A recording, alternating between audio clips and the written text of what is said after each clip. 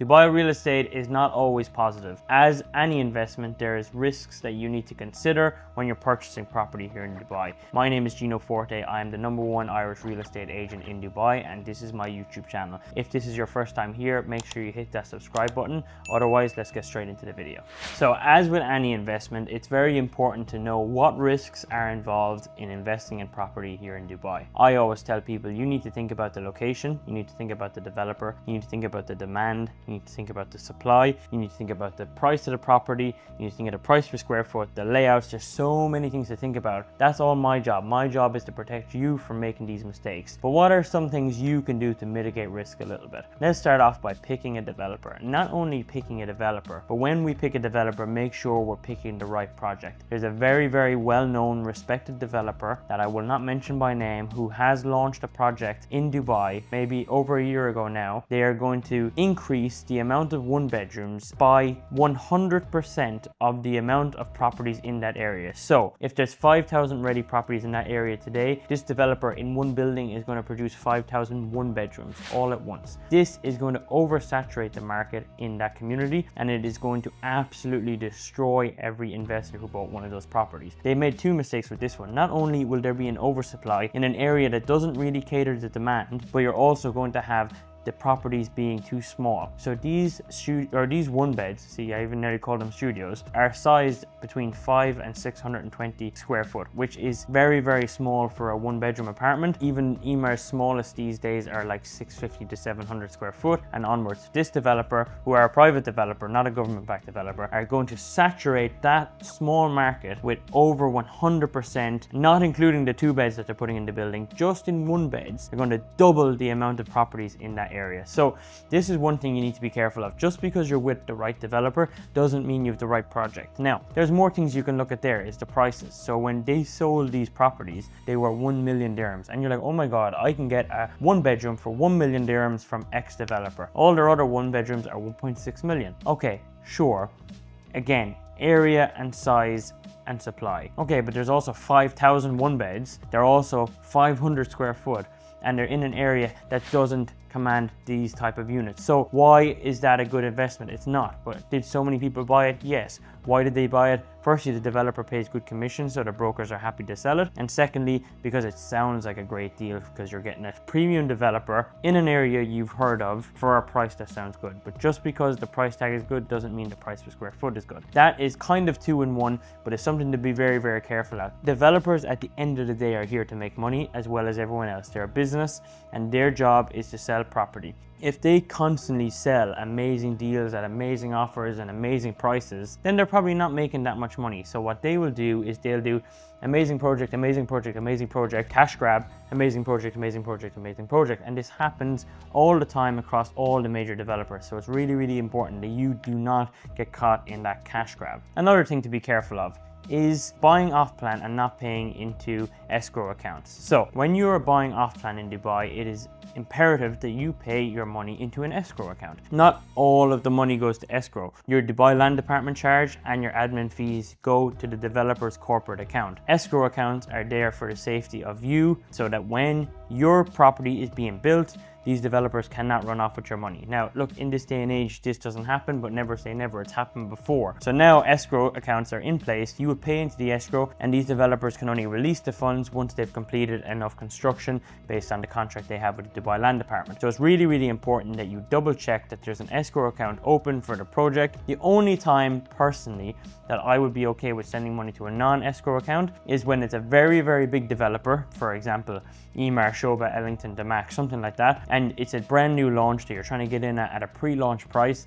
and the escrow account's just not open yet. But if this is a developer that you've never heard of, or they're brand new, or they don't really have a massive track record, or even worse, they have a bad track record, do not send them your money until they open an escrow account. But again, working with me or someone like me, I'll protect you from that, and it's imperative that you pay into an escrow account. It is the law, in fact. Those are 2/3 very important things to be careful of.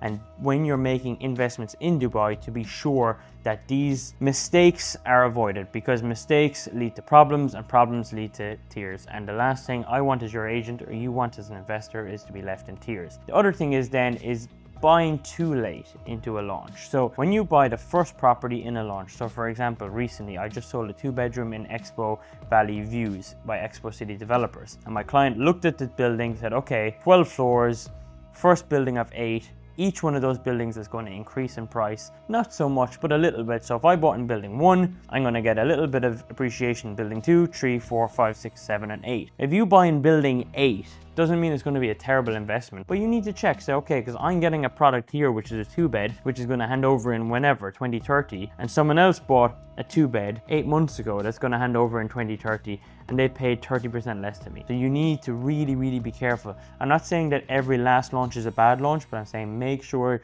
these price increases are not too dramatic that they're going to eat into your capital growth, because at the end of the day, we're all here to make money. No one's buying property for charity. Nobody's investing for charity. We're investing to make money and make the maximum amount of money we can whilst mitigating the amount of risk we take. Another thing, just to reiterate, be very careful of is at what point are you buying in this launch. Now, let's move away a little bit from off-plan.